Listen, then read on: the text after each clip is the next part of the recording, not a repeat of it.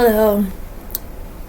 I wanted to make a short video and tell you a little bit about how the Eagle Blossoms, how it all started. I'm going to be very brief. So, I'm going to basically tell you how it started and what I've learned and what I'm learning. The garden started because I was in a time in my life when I was offered a position as a super. Now you know what a super does. Super takes care of apartments, and that's what I did. However, I'm an artist, and having a position, a role as a super, that was very interesting to me because I love people, so that was great for me, and I love creating things as an artist, so this was also great for me. And I like using my hands. I'm not an office girl. I never was. I'm not that one. However, being a super intrigued me because I get to fix things, I get to create things, and I'm constantly learning new things. And yeah, so I dived right into it. I went full on. But what happened, it wasn't so much about being a super, because there's a whole another story about that. That's something totally, I can write a book about that. Do I look like a super? But I did it. And I really enjoyed it for what it was. I extended myself even more. I went even farther than being a super. I got so engaged in the business of learning. I did a lot. But this is not about that. I really want to tell you about Eagle Blossoms. And the 88 Eagles. So there's a patch of grass on the corner of the building that I was taking care of. And the neighborhood that I had, where I was a very posh neighborhood. Very posh. Everything was tailored. All the tree beds, everything was, all the gardens in there, the flowers are red, blue, or red, white. Everything was very tailored. Okay, so when I got this role of being a super, the building was on a corner and I had a patch of dirt on the corner. And I asked the owner, hey, can I put some flowers there? Because it looked kind of odd. Like, there was just trash and all kinds of shit there. It just didn't look good compared to everywhere else on the neighborhood looking so posh and tailored. Our building, it looked like shit. And it was an opportunity for me to make it look better. Especially, I could use my imagination, my childlike wonder. It was like calling my name. So the owner said, yeah, you could put some flowers. Wow, that was it.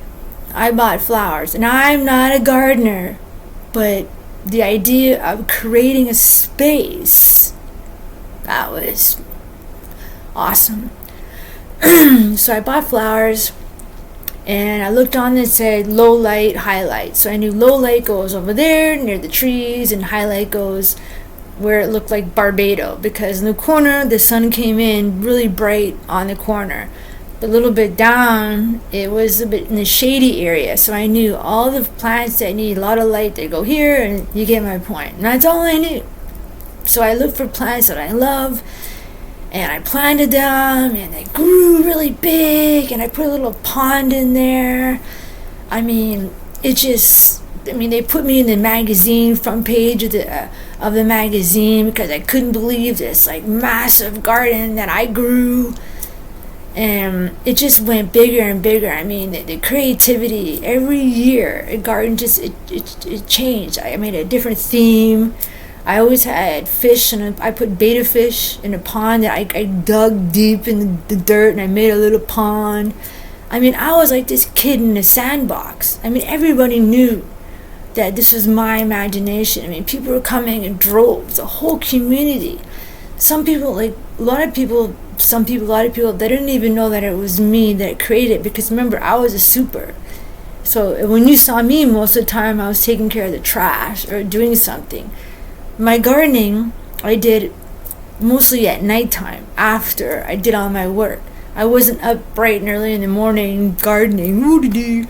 No, I use it as my time, my space to just be myself. And so some people, they come by the garden and I'd be doing trash, and I'd see them, and and I'd say, do you like it? Like I'm just some stranger, and they'd say, yeah, I wonder who does this. And I was in my, didn't really look like a super, but I wasn't dressed really nice. I had clothes that could get dirty.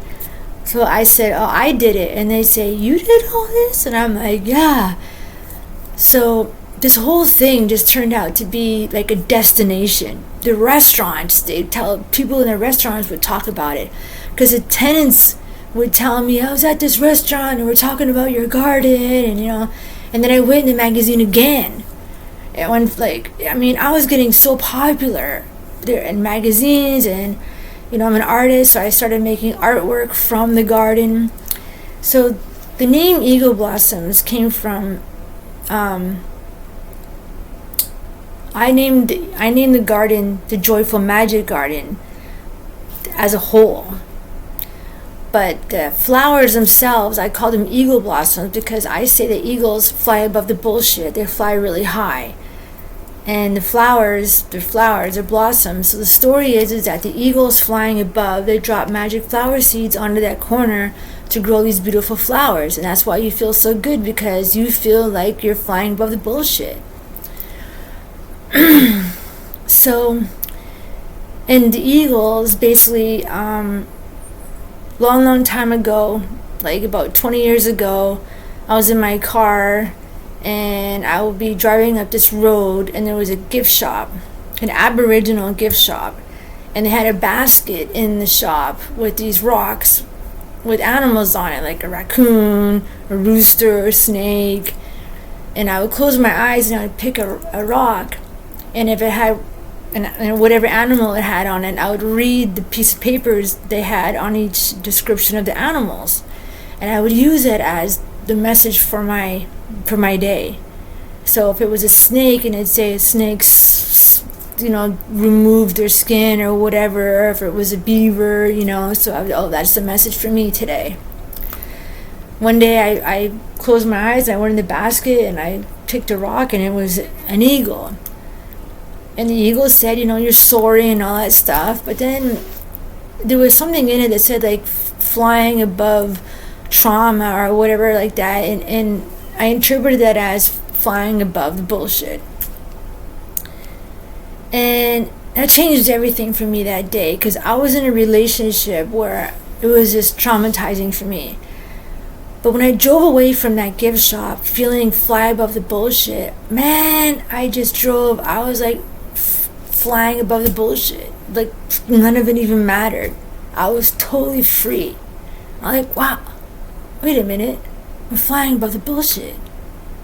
So from that point on, anything happened in my life, I just fly above the bullshit. Because if I let it just eat me up, it's gonna eat me up. And I just use that from that point on. And whenever anything happened in my life, I just trained myself to just, oh, wait a minute. It's like alchemizing it in a way. I didn't know that word alchemizing at the time, but later on I start to understand that's kind of what I'm doing, is I'm flying above the bullshit. I'm alchemizing it. So that's how I feel when I'm gardening, not as a gardener, but I'm just using my imagination. And everything in the garden was alive to me. Like I said, people were coming in droves every year. I mean, Christmas, I would change the garden to a Christmas theme. I have Christmas decorations. I mean, I was bold, okay? This is a neighborhood. Didn't like that at all. I was too out there. And this is what I started to learn, is that there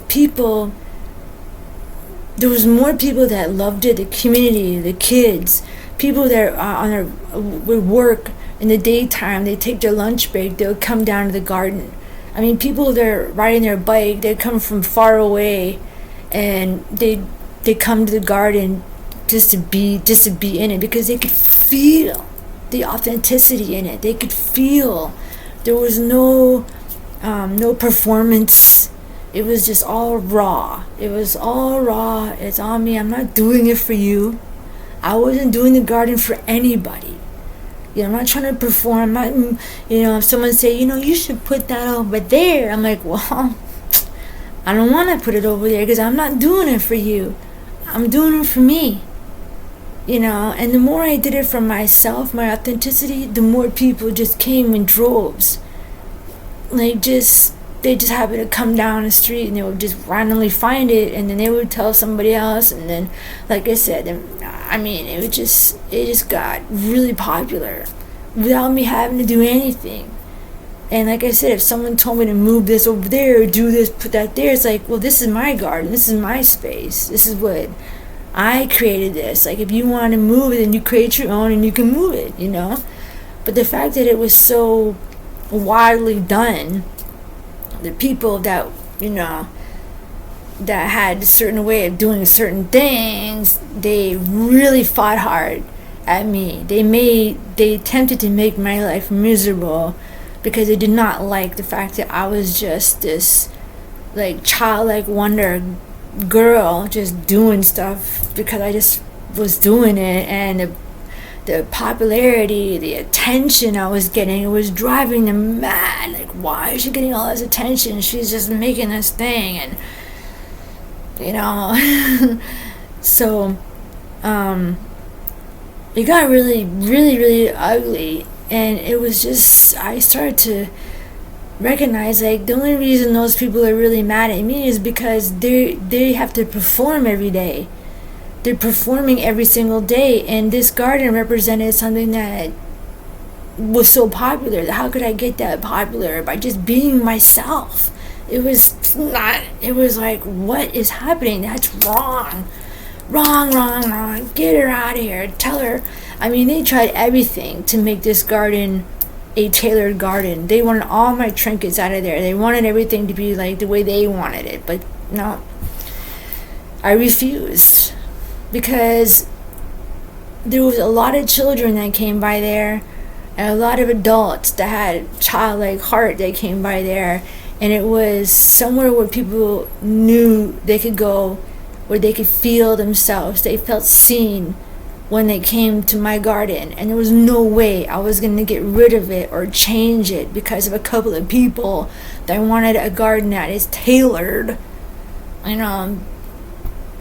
a performance. So I learned that your authenticity, that's all you need. You don't need to perform. You don't need to ask for permission. When your inner being is telling you to go left, you go left. If it says go right, go right. And your gut, like when it's saying to you, go there and get that thing, or go there and say that thing, just don't argue about that. Like, just be that. Allow yourself to be that. That's what I learned, and I'm telling you, I'm still learning it because my life has changed since then. I'm no longer at that place anymore. So much has happened since then. I'm not a super anymore, and I'm happy about that because I'm not a super. I played the role. What I am is I am a joyful magic garden. What I discovered about myself, all the feedback, the letters that I received, even when I moved away from there, all the letters that I received, don't go, we can't let you go. Oh, I love it, your garden, you can't move. And throughout the whole time I was there, the letters I received while I was there, we love your garden, we come here every day. In the artwork I did, I had like an artwork based on the garden that people can look at. I had this whole thing going on, and just people just left me notes every day in my little notebook that I had at the garden, because I was curious how people felt about it, because I was getting a lot of kickback from other people. But the more I really put my spirit and my soul into it, the more feedback I got. Like, it was just like, wow. I couldn't believe it. Like, I wasn't trying, I wasn't performing, I was just doing this, you know, I was just doing this because I really, really loved creating this. And the more bolder I got, I'm talking about like Christmas, I made that corner like Macy's. and the people that hated it, the ones that always give me a hard time, I knew they loved it. I always felt like we were like Winnie Pooh, and I poked them in the belly and they would laugh. Like, come on, man, what's the hate? Like, you know, I don't know if you're having marital problems or you guys are like whatever, but it's not me you hate. It's not the garden that you hate. It's what I'm doing that you hate. And I recognize that because I wasn't fighting back. I wasn't doing anything. I wasn't like, because there was so much love. It was like the love was really bothering them. But anyways, I'm not there anymore. But what I learned is no matter where I am, there I am. Like, I am that garden. I am that. And I discovered that because without me having to perform or ask for approval or do anything, it just, that was like, there was just so much love, so much feedback from me just being myself. Wow. So the Eagles are from, the 88 Eagles is from, because of the, you know, the attention that I was getting every year. There was a man that was moving out, and he asked me, he said he has 2 big packages of eagle figurines, and if I want them, he can give them to me. So I said, sure. So he dragged over these big 2 containers, and I opened the containers, and there was these eagles, little eagles, big eagles, all different material, wrapped in yellow newspaper, and I counted 88. And there was one big white one, which I call Babe, beautiful angel, beautiful eagle, because I had a white cat, beautiful angel with blue eyes, Babe, big Turkish Angora cat, which she passed away. So there was one big white one, and there was one big brown one, which was made out of wood. So it was like heaven on earth. You know, it was like a, you know. But 88 eagles, 88 infinite.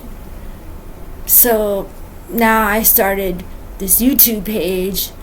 I named all the eagles because I name everything, because I give it life. I give it, you know, I recognize the spirit, the energy in everything. Everything is energy, and when I name it, all the eagles, it's like I'm listening to the message that they have, because I know all the eagles have a message, and they're all individual. So that's why there's 88 eagles, and they're with me everywhere I go. No matter where I live, I have those eagles with me. I have another cat, this one right here, that's Sun. He's a Turkish Angora. Turkish Angora. He is a, sorry, Sun. His name is Sun. He is a tuxedo cat. Right, Sunny boy? Yeah, that's Sun. He's a Turkish Angora. Why do I keep saying that? Oh my God. I must have Babe, my other cat, on my mind. He's a tuxedo cat. Sun is a tuxedo cat. And I met Sun because there was a cat in the neighborhood that was missing, and I went around looking for this little kitten that was missing, and I asked the parks guy, I said, hey, have you seen a little kitten that's running around missing? And he said, no, but I have 2 cats, I'm giving away one, do you want one? And I said, that wasn't really what I was asking you. And then something just came out of my mouth, and I said, okay. So we exchanged phone numbers. The next day he brought a cat bag to my place. I knew that he had his shots. I knew his name was Sun, but that's all I knew. And I opened the cat bag, and out came this guy here, this tuxedo cat, and he's been like my best friend. This guy's my gangster cat. So my point to all this, I want to just let you know why the 88 Eagles. And yeah, so, and to understand too that my purpose right now is to share with people to be themselves, to follow their joy. I mean, the biggest message of all is to follow your joy. You know, if it feels good, it's God. If it feels good, that's God. And like I said, I'm still learning to do that right now because life changes, and I'm having to remember this every day, that I am the garden. That was an expression of me. And the letters that I received, it just the biggest feedback I've ever had in my life, discovering who I am. And now my what I'm doing now is I'm sharing that with people, because how can I not? Like, how can I not continue with this? Because now I understand the authenticity. Now I understand what that means. And being fearless on taking that action on being yourself. Now I understand, and I'm still understanding. I mean, some things are kind of hardwired in your brain, even though because I was still living in two worlds. I was a super and that. So having to understand fully, that's me. What? So I'm using this channel to bring the awareness to share with you, to inspire you that your authenticity is all you. That's God expressing the energy. It's that's God expressing Himself through you. And trust me, I too am having to let it all sink in. So I'm happy that you're here. I make videos whenever I feel called to, because my life is lifing. But that's why I call this channel the 88 Eagles Den, because it's in a den. Pretend. But thank you for listening, and I look forward to sharing more of the power is in your joy, and to fly your wings, to really let your wings soar, because if you open your wings and soar, because I say you already are, it's not something you have to do or you have to learn. We're built with our own authenticity in us already. The idea is to just let ourselves be ourselves. Duh. Our childlike wonder, it never goes away. It's in us. It's when we start performing is when we put shackles around us. We put shackles on our heart. We squeeze ourselves. Like, we say, no, we can't be that way. Actually, yeah, that's who you are. That's who you are. And it's so,